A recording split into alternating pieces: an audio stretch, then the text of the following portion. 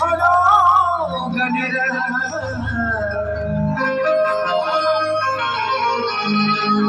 एक दंत करीबरी बदन सीख करो ममता हिमा के ज्योति से सबके दिलों को सजूर मिलता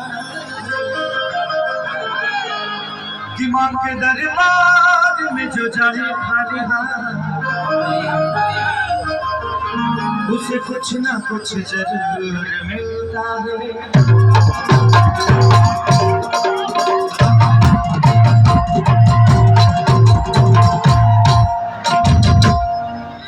प्रेम से बोलो सिंध मस्तिका भवानी की।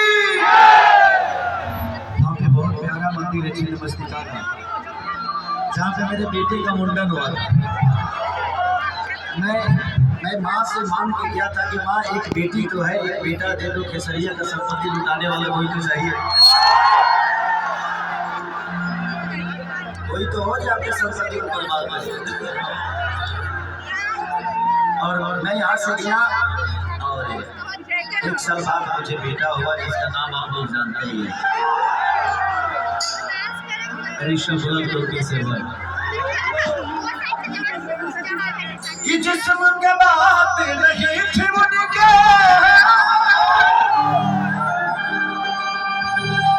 दिल तक जाना था,